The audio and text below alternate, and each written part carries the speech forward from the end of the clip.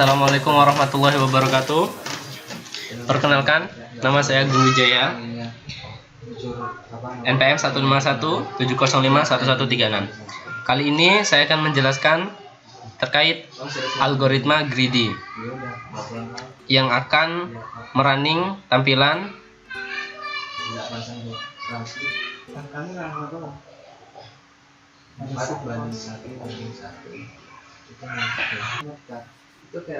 yang akan menampilkan tampilan ini. Nah, yang akan merunning tampilan ini. Jadi, algoritma ini berdasarkan pada graf yang ada di gambar.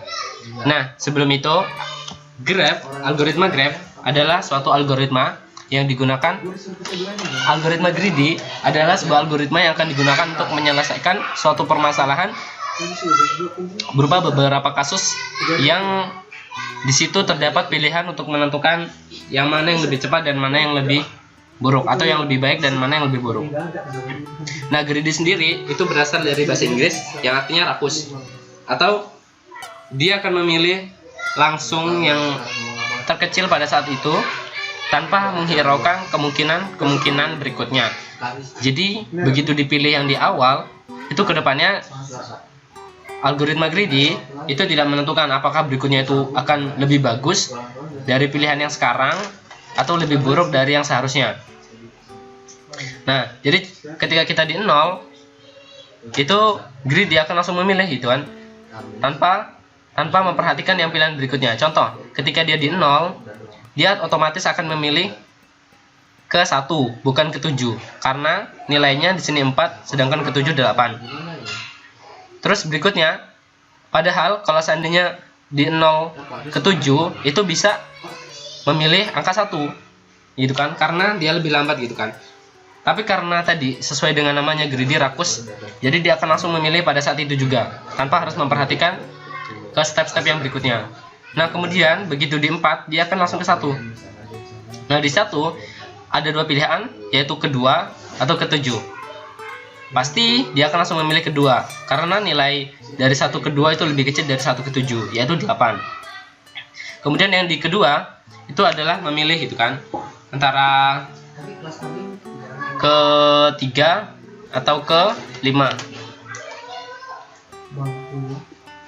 atau ke 8. Nah, tentu dia akan memilih ke 8 karena 8 di sini nilainya 2.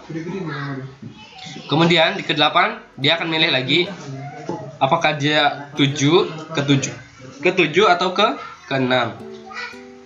Karena cuma ada satu pilihan, ke 7, ke 8, tentu dia akan ke 6.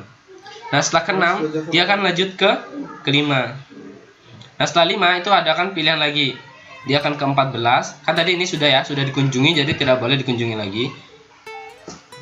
Ya, setelah ke-5 dia akan langsung ke 6. Setelah ke-5 dia akan ada dua pilihan, yaitu kembali ke 3, yaitu nilainya 14, atau langsung ke tujuan akhir, yaitu 4, yaitu nilainya 10. Tentu dia akan milih yang 10. Jadi kalau kita lihat langsung dari logikanya, itu dia akan langsung ke 1, 2, kemudian 8, kemudian 6, kemudian 5, kemudian langsung ke 4. Seperti itu. Sekarang coba kita lihat programnya, codingannya. Di sini ini ada fungsi greedy ya. Ini fungsinya untuk menampilkan konstruktor MST yang nanti tersimpan di parent. Menampilkan saja, nanti dia menampilkan edges sama width-nya berapa,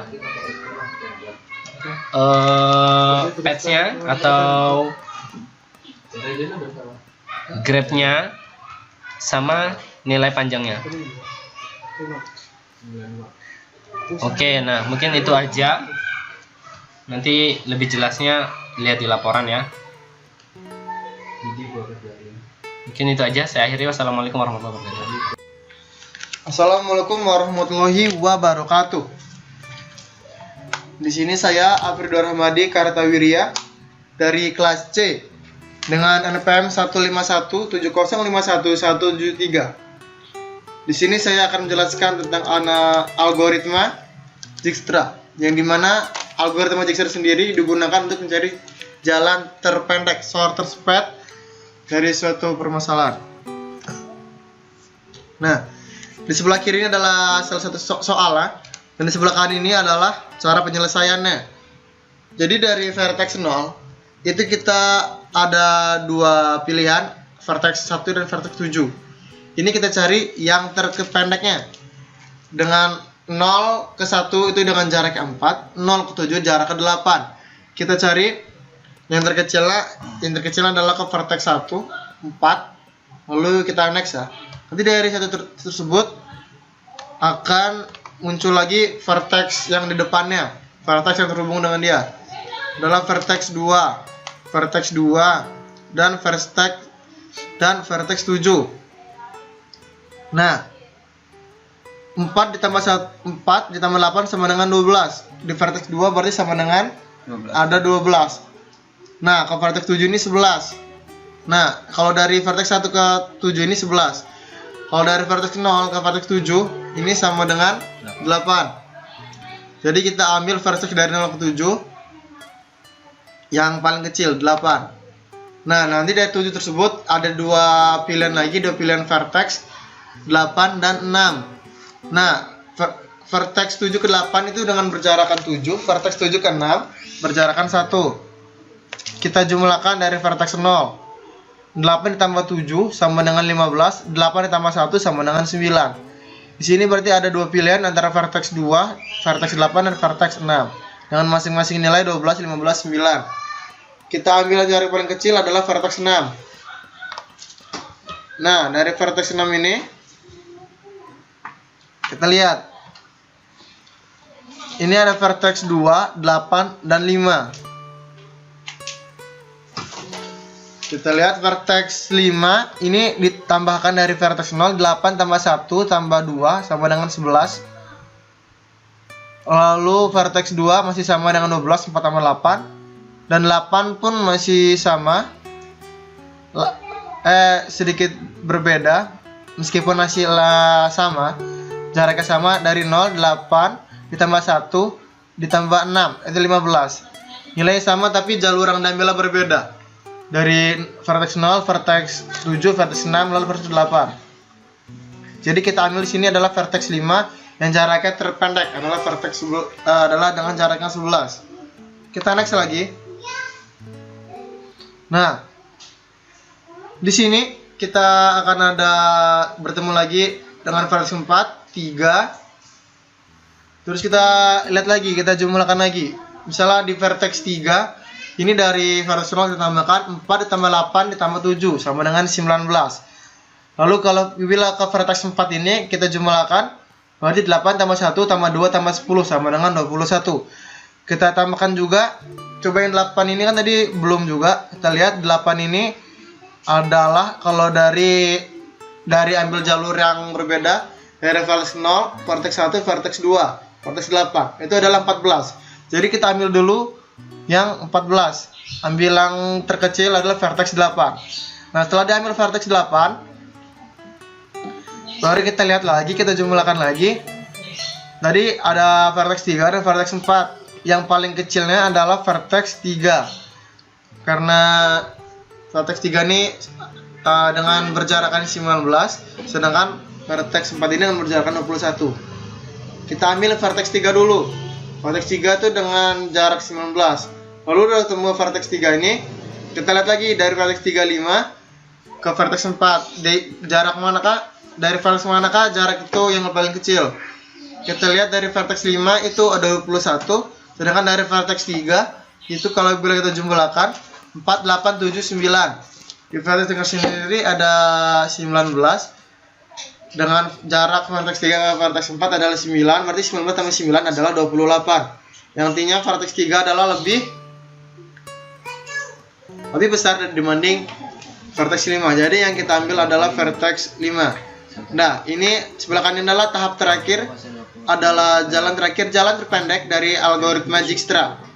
Dan ini adalah salah satu contoh dari source code algoritma Dijkstra.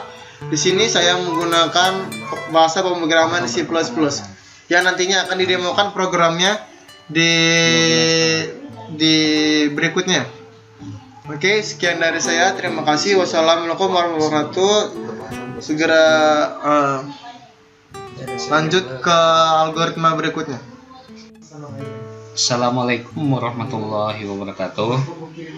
Baiklah, perkenalkan, nama saya Bobi Liansyah, NPM 1517051130. Baiklah, di sini saya akan menjelaskan materi tentang yaitu algoritma dynamic programming.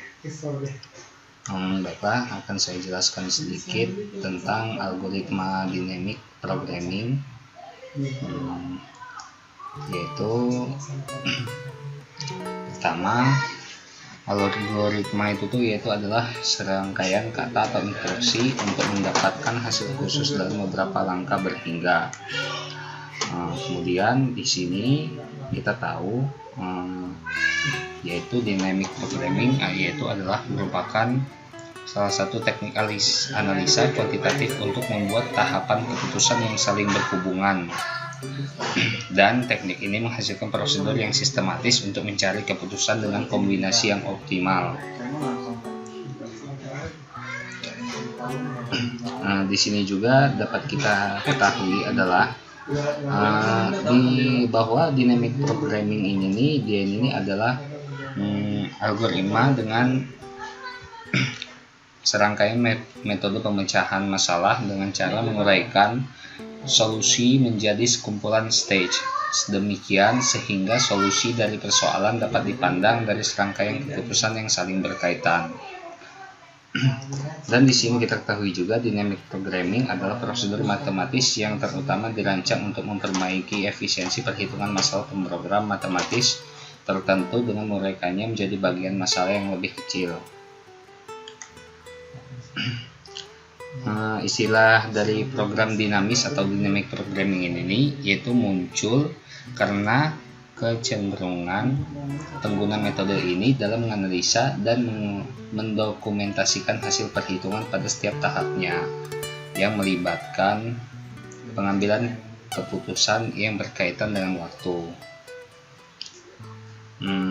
Di dynamic programming terdapat dua model, yaitu program dinamis maju forward atau up down, dan yang kedua program dinamis mundur backward atau button up. Nah, di sini kita ketahui bahwa program dinamis maju yaitu program dinamis bergerak mulai dari tahap 1. Kita lihat di sini dari tahap 0, 1, 2, 3 sampai ke 4. Sedangkan program dinamis mundur yaitu dia ini program dinamis bergerak mulai dari tahap N dan terus mundur ke tahap N-1, N-2 dan seterusnya sehingga sampai tahap I.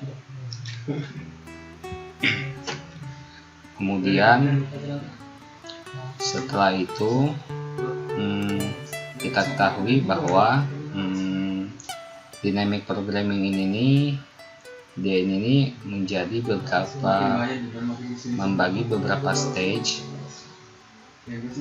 memecah masalah menjadi subpermasalah, dan setiap solusi dari submasalah yang telah didapat, misalnya di sini, kemudian dari 0 ke 1 dia disimpan untuk digunakan kembali jika subpermasalahan yang sama.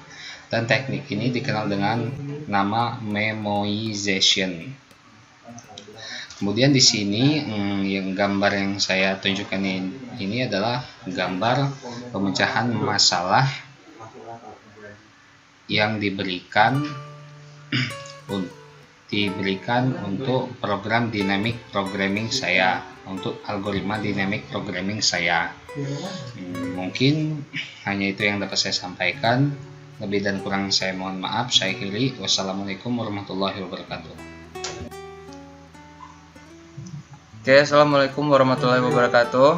Saya Julian Pratomo dari Ilkom C, NPM 1517051155. Jadi Jadi di sini saya akan menjelaskan tentang perbedaan masing-masing algoritmanya. Yang pertama yaitu Dijkstra. Kita compile dulu Dijkstranya. Nah, maka akan tampil seperti ini. Bahwa diketahui Dijkstra itu mencari langkah terpendek. Jadi ini. Nah, seperti ini. Diketahui di sini vertexnya dari 0 sampai 8. Di setiap vertex ini mempunyai nilai. Jadi di vertex 1 yaitu nilainya 4. Di vertex 2 nilainya 8. Dan seterusnya dia akan mencari terus langkah terpendeknya.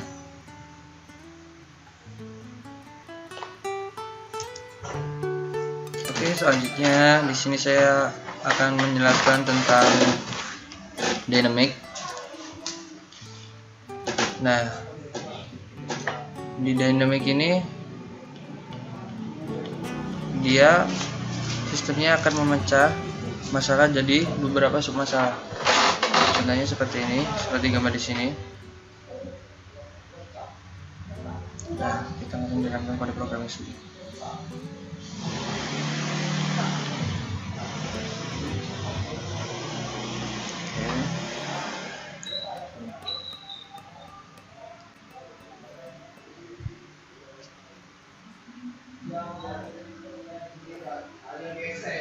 Nah, seperti ini. Saya akan menyampaikan beberapa hal tentang program ini. Program ini tidak begitu sesuai apa yang diinginkan karena dikarenakan saya kurang menguasai program yang dinamik, maka di sini saya mencari referensi lain.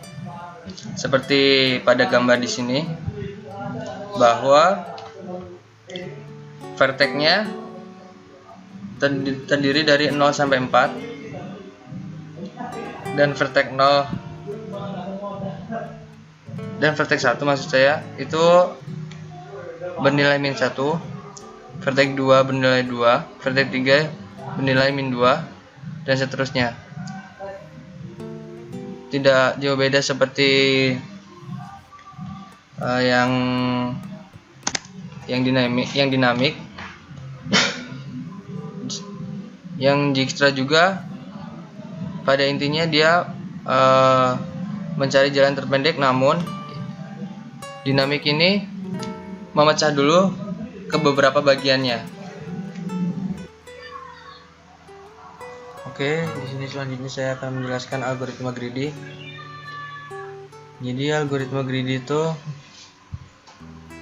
algoritma yang paling optimal dari tiga algoritma ini, diantara dinamik dan Dijkstra. Cara kerja si greedy ini yaitu dia selalu mencari nilai maksimal dari setiap maksimal sementara. Oke, jadi kita langsung run programnya. Nah, bisa dilihat hasilnya dari greedy ini dibanding Dijkstra dan dinamik. Algoritma ini menentukan langkah yang paling pendek yaitu dengan edges-nya yaitu 0 dan 1 sampai 2 sampai 3 dan weight-nya yaitu bisa dilihat sendiri. Nah, jadi seperti itu sedikit penjelasan tentang dinamik, Dijkstra dan greedy. Bila kurang lebihnya saya mohon maaf. Saya akhiri. Wassalamualaikum warahmatullahi wabarakatuh.